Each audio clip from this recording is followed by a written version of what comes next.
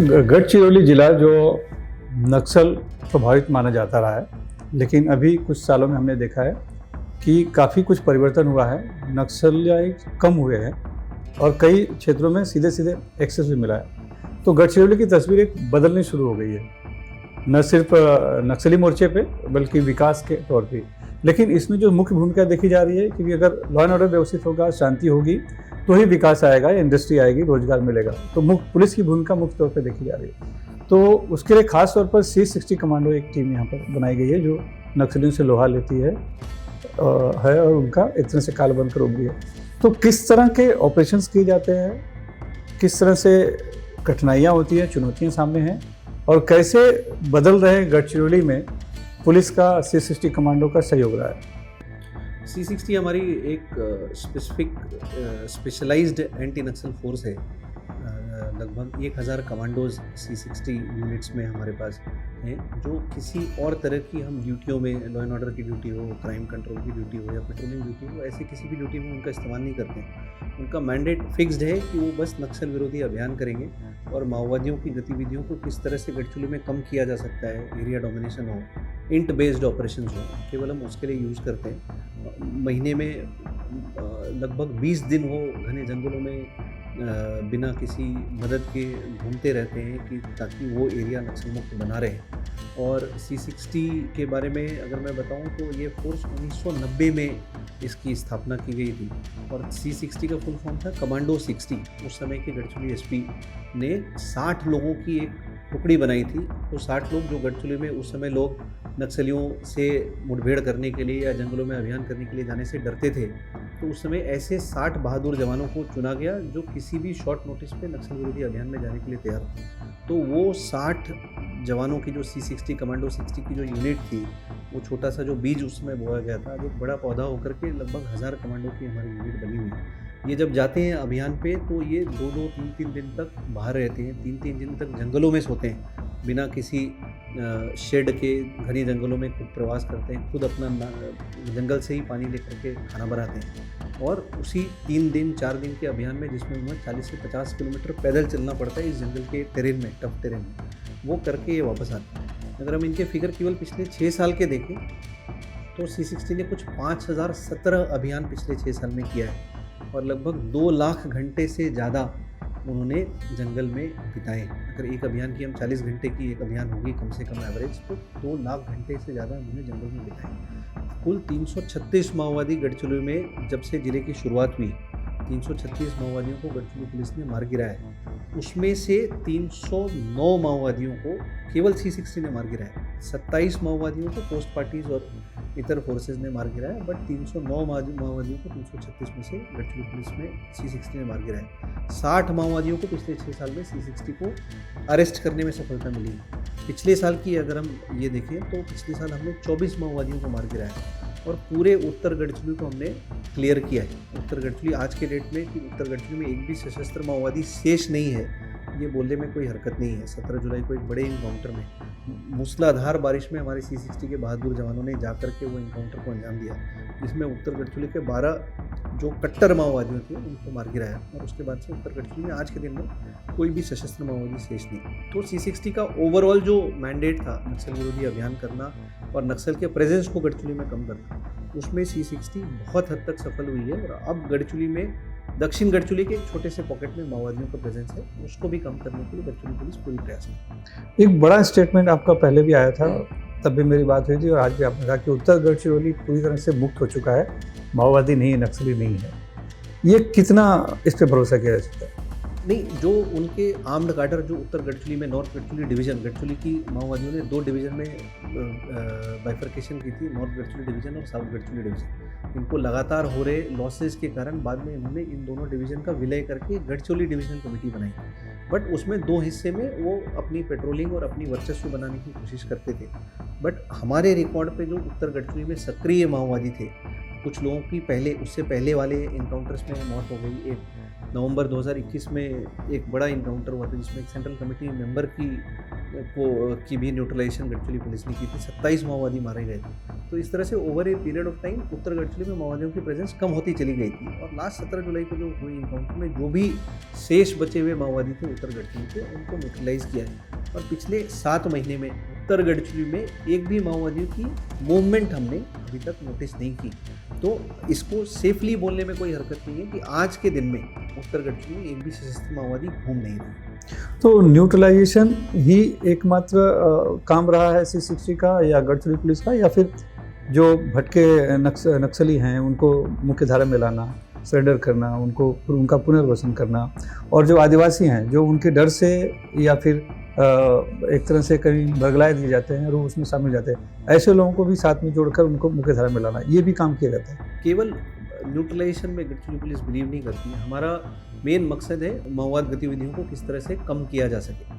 उसके लिए हम दो सूत्री नीति अपनाते हैं। एक तो जो लोग आत्मसमर्पण करना चाहते हैं, महाराष्ट्र सरकार की एक आत्मसमर्पण नीति है जो बहुत ही लुक्रेटिव नीति है 2014 की। वो उसमें कोई भी माओवादी आत्मसमर्पण करता है तो उसको अच्छी खासी इनामी राशि दी जाती है। उसके लिए महाराष्ट्र एकमात्र शायद ऐसा राज्य होगा जहाँ पे उनको ज़मीन का एक टुकड़ा भी दिया जाता है जो उनके नाम पे किया जाता है, उस पर घर बांध करके देते हैं और उनके रोजगार और स्वयं रोजगार के लिए भी हम संधि प्रोवाइड करके देते हैं। तो आत्मसमर्पण के लिए भी हम प्रयास करते हैं। डेवलपमेंटल एजेंडाज जो गवर्नमेंट का है, केंद्र सरकार का और राज्य सरकार का, उसको फैसिलिटेट करने के लिए भी गढ़चिरौली पुलिस काफ़ी काम कर रही है, जिससे गढ़चिरौली के अंदरूनी इलाकों में जहाँ पे PVTGs, माडिया ट्राइब्स हैं और गोंडी ट्राइब्स हैं, उस एरिया में शासन के योजनाओं का लाभ, शासन के रोड, मोबाइल नेटवर्क, ब्रिजेस ये पहुंचाने के लिए गढ़चिरौली पुलिस सारी प्रोटेक्शन भी प्रोवाइड कर रही है। पिछले 2 साल में हमने 400 4G के मोबाइल टावर्स पूरे गढ़चिरौली में एक्टिव किया। 400 4G मोबाइल कनेक्टिविटी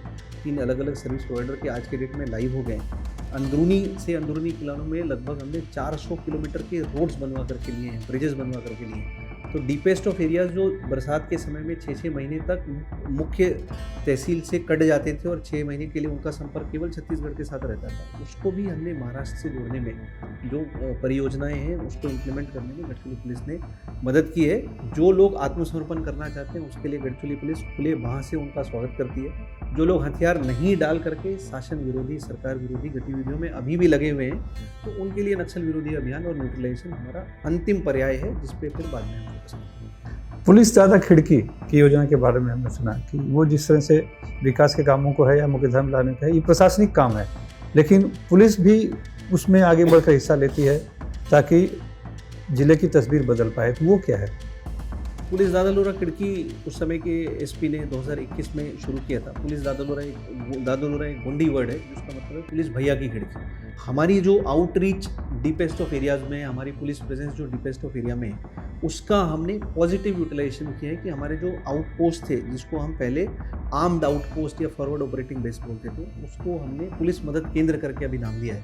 और वहाँ पे हमने एक सिंगल विंडो सिस्टम, एक खिड़की योजना शुरू की है, जहाँ पे किसी भी गांव वाला जो तहसील प्लेस से 25 किलोमीटर 30 किलोमीटर दूर है, हमारी पुलिस मदद केंद्र वहाँ पे है, वो किसी भी एक जेरोक्स लेने के लिए भी वो हमारे पुलिस मदद केंद्र में आ सकता है। उसको हम जेरोक्स भी प्रोवाइड करते हैं। किसी के पास आधार कार्ड नहीं है, आप आयुष्मान भारत कार्ड नहीं है, या जनधन योजना की अकाउंट नहीं, लाड़की बहन योजना की सुविधा जो योजना है महाराष्ट्र शासन की, उसके अकाउंट खोलने के लिए, उसकी सुविधाएं देने के लिए जो भी फॉर्म्स हैं वो हम भरते हैं, हम भरवा करके लेते हैं हमारे सिविक एक्शन के ऑफिसर्स, और रेवेन्यू एडमिनिस्ट्रेशन से कोऑर्डिनेट करके तहसील ऑफिस में जमा करके उनके अकाउंट भी खुलवा करके देते हैं। उनको शासन की, राज्य और केंद्र शासन की जितनी भी योजनाएं हैं उनका लाभ उनके घर के दरवाजे तक पहुँचे, इसके लिए गढ़चिरौली पुलिस ने पुलिस दादालूरा खिड़की के माध्यम से बहुत बेहतरीन काम किया है। 12 लाख की आबादी में आज तक पिछले 3 साल में 8,81,000 बेनिफिशियरीज तक गढ़चिरौली पुलिस अलग अलग राज्य और केंद्र शासन की योजनाओं का लाभ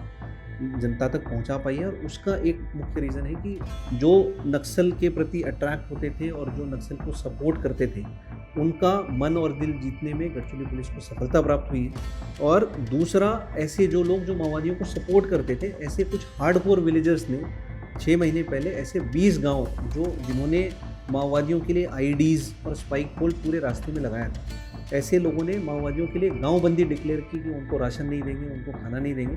और जितने भी स्पाइक होल्स और आईडीज़ लगाए थे वो सभी खुद से निकाल करके पुलिस स्टेशन में ला करके जमा किए। तो ये जो जनाधार था माओवादियों के फेवर में, जो जनाधार पहले हुआ करता था डीप एरियाज में, वो अब गढ़चिरौली पुलिस और महाराष्ट्र शासन और केंद्र शासन के फेवर में कन्वर्ट करने में पुलिस दादा लोरा खिड़की योजना को बहुत बड़ा योगदान है। और उससे जुड़ता ही सवाल है कि ये प्रशासनिक काम है, इसमें पुलिस का इस तरह से सम्मिलित होना क्या समय की ज़रूरत थी या फिर एक तरह से एक एडिशनल काम दिया गया था? एडिशनल काम हमने खुद से लिया है। उस समय की ज़रूरत भी थी क्योंकि हमने देखा कि बाकी बाहर की दुनिया को पता ही नहीं कि राज्य सरकार और केंद्र सरकार अपनी जनता के लिए कितने पैसे खर्च करती है अलग अलग योजनाओं के बारे में पता नहीं था। लोगों को मोतियाबिंद होने पे ये नहीं पता था कि ये बीमारी का इलाज है, उनको लगता था कि ये बेइलाज बीमारी है। ऐसे पेशेंट्स को भी हमने स्क्रीन करके गढ़चिरौली ला करके कुछ पेशेंट्स को नागपुर भेज करके उनकी मुफ्त में मोतियाबिंद तक की शस्त्रक्रिया कराई। तो ये एडिशनल काम हमने खुद से लिया, ये दिखाने के लिए कि राज्य और केंद्र शासन आपके द्वार तक पहुंची है और आपको हर संभव मदद करने के लिए तैयार है। और इसी कारण से जिस समय हमारी नक्सल विरोधी अभियान नहीं चलती है तो ऐसे पुलिस मदद केंद्र पे चूँकि क्राइम गढ़चिरौली में ज़्यादा नहीं है तो बहुत ज़्यादा काम नहीं रहता है। ये एडिशनल काम हमने खुद जिला प्रशासन को सपोर्ट करने के लिए उनका एक एक्सटेंडेड आर्म बन करके हमने ये काम खुद से लिया। और इससे गढ़चिरौली में हमें एक माओवाद विरुद्ध जो हमारी लड़ाई है उसमें हमारा सिविक एक्शन प्रोग्राम जो है एक गेम चेंजर करके साबित हुआ। नक्सलियों को एक इकोसिस्टम पहले हुआ करता था, कुछ अर्बन नक्सल्स थे, माओवादी विचारधारा के कुछ लोग थे, सो कॉल्ड प्रोफेसर कहिए या विद्वान लोग, वो ज़्यादातर कहीं ना कहीं मदद किया करते या फिर फंडिंग हुआ करती थी। तो वो इस सरकार ने खास करके 2014 के बाद जब से देवेंद्र फडणवीस मुख्यमंत्री बने थे उस दौरान भी तोड़ने की कोशिश हुई थी। तो वो जो अर्बन नक्सल्स को जब तोड़ा गया, वो कनेक्शन को तोड़ा गया, उसका भी कहीं फ़ायदा हुआ इसको? बहुत फ़ायदा हुआ है। ये जो सो कॉल्ड अर्बन नक्सल्स और जो कुछ संगठनाएं थी वो लोगों को दिग्भ्रमित करने का काम करती थी, कि लोगों को सरकार के विरोध में ले जाने का काम करती थी। तो ऐसे ये एक तो लॉजिस्टिक सपोर्ट तोड़ने के कारण, उनकी फंडिंग तोड़ने के कारण और उनकी जो नीतियां हैं उनकी एंटी प्रोपेगेंडा जो हमने किया, जो वो प्रोपेगेंडा करते थे उसका हमारा एंटी प्रोपेगेंडा, हमारी एक प्रोपेगेंडा सेल भी है जो उनकी नीतियों का एक्चुअल पर्दाफाश करती है कि एक्चुअल में ये नहीं है, ऐसा है। तो ऐसी ये जो हमने ये करके दिया है। तो और अभी जब हमने मोबाइल टावर्स जब लग गए, लोगों के पास स्मार्टफोन आ गए, उनको समझ में आ रहा है कि बाहर की दुनिया में क्या चल रहा है, तो इस तरह से अगर कोई उनको कुछ गलत बात बताता है तो आज एक क्लिक ऑफ द बटन पे उसकी सत्यता क्या है वो जानने के लिए स्मार्टफोन पे आपको पता चलता है। तो इस तरह से जैसे जैसे डेवलपमेंट परकुलेट कर रही है तो इनकी जो खोटी नीतियाँ थी या खोटी विचारधारा थी उसको न्यूट्रलाइज करने में और उससे दिग्भ्रमित नहीं होने में बहुत फ़ायदा गढ़चिरौली की जनता को मिला है। अक्सर हमने देखा कि नक्सली जो है कि एक सप्ताह मनाया करते थे, नक्सल सप्ताह, और उसमें लोगों को चेतावनी दिया करते थे कि आप सरकार में मत शामिल या सरकार के साथ मत जाइए, इस तरह के, नहीं तो वो धमाके वगैरह किया करते थे। लेकिन अब खबरें लगभग वो बंद हो चुकी है। लेकिन मेरा एक सवाल ये है कि अभी कुछ दिनों पहले केंद्रीय गृह मंत्री अमित शाह ने एक घोषणा की, बड़ी घोषणा की कि देश में 2026 तक नक्सलियों को समाप्त कर दिया जाएगा। गढ़चिरौली में उत्तर गढ़चिरौली साफ हो चुका है, बचा है दक्षिण गढ़चिरौली। तो वो कब तक उम्मीद है कि वो भी खत्म हो जाएगा ताकि जो विकास की धारा है पूरे जिले के आखिरी कोने तक पहुंच पाए? हम वो माननीय केंद्रीय गृह मंत्री महोदय की जो ये है डेडलाइन है उसके प्रति गढ़चिरौली पुलिस काफ़ी सीरियसली काम कर रही है। दक्षिण गढ़चिरौली के साथ हमारी जो सीमाएं हैं वो छत्तीसगढ़ के सबसे ज़्यादा नक्सल प्रभावित जिले कांकेर, नारायणपुर और बीजापुर से जुड़ी हुई है। छत्तीसगढ़ पुलिस ने भी पिछले एक साल में बहुत ही बेहतरीन काम करते हुए लगभग 300 माओवादियों को मार गिराया है और उनकी भी काफ़ी तेज़ी से जो सिक्योरिटी वैक्यूम के एरिया थे, हमारा एक छोटा सा पोर्शन अबुझमाड़ का एरिया है और उनका लगभग 3000 स्क्वायर किलोमीटर का एरिया है जो अभी भी एक बड़ा सिक्योरिटी वैक्यूम है जहाँ पर माओवादी का गढ़ माना जाता है, आखिरी गढ़। और एक नेशनल पार्क एरिया है जो छत्तीसगढ़ गढ़चिरौली की सीमा से बीजापुर की सीमा में लगती है। ये दोनों के क्लियर होने पे गढ़चिरौली से माओवाद खत्म होना बहुत इंटरलिंक्ड है और छत्तीसगढ़ पुलिस के साथ और केंद्रीय बलों के साथ समन्वय करके गढ़चिरौली पुलिस जल्दी से जल्दी अपनी सीमाओं के अंदर से माओवाद को ख़त्म करने के लिए पूरी प्रयासरत है। और हमें उम्मीद है कि जितनी जल्दी से जल्दी होगी हम वो माओवाद प्रभावित जिले जो दक्षिण गढ़चिरौली के छोटे सा अंग बचा हुआ है उसको भी कम करने में हम। जो गढ़चिरौली में जो परिवर्तन आया है इसके लिए बहुत खून बहाने पड़े, कई वीर गति को प्राप्त हुए, कई पुलिस वाले मुखबिर जो है खास करके उनको भी झेलना पड़ा। तो ऐसे लोग तरह में जो लोग मुख्य धारा में आ रहे हैं अभी, तो उनको सुरक्षा को लेकर कितनी चुनौती है और किस तरह से वो मुख्यधारा में शामिल हो पा रहे हैं?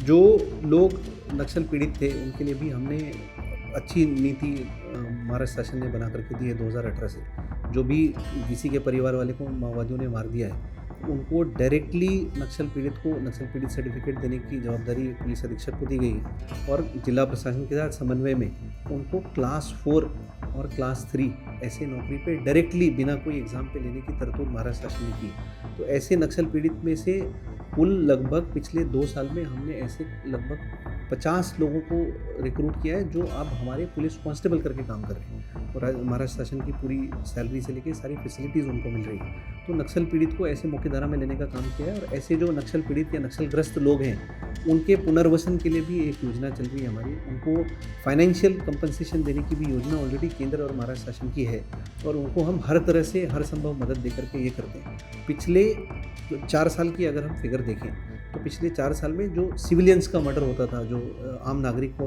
माओवादी हत्या करते थे एक डर और दहशत पैदा करने के लिए, वो भी सिंगल डिजिट में आ गया। 2024 में केवल 3 सिविलियंस को मारने में माओवादी सफल हो पाए, उसमें से भी 2 उनके ही हस्तक थे जो उनकी काम करने से उन्होंने मना कर दिया और उनको फिर मौत के घाट उतारा गया। तो वो सिंगल डिजिट में भी एकदम 0 के करीब वो फिगर आ गया और पिछले 4 वर्षों में गढ़चिरौली का एक भी तरुण युवा वर्ग माओवादियों की गतिविधियों में भर्ती नहीं हुआ है। तो इससे आप एक अंदाज़ा लगा सकते हैं कि गढ़चिरौली में कितनी फास्ट पेस्ड माओवादियों का जो स्फीयर ऑफ इन्फ्लुएंस था, जो इन्फ्लुएंस का एरिया था, वो बहुत हद तक कम हो गया है। जो बचे कुचे एरिया है उसको कम करने के लिए गढ़चिरौली पुलिस प्रयास कर रही है।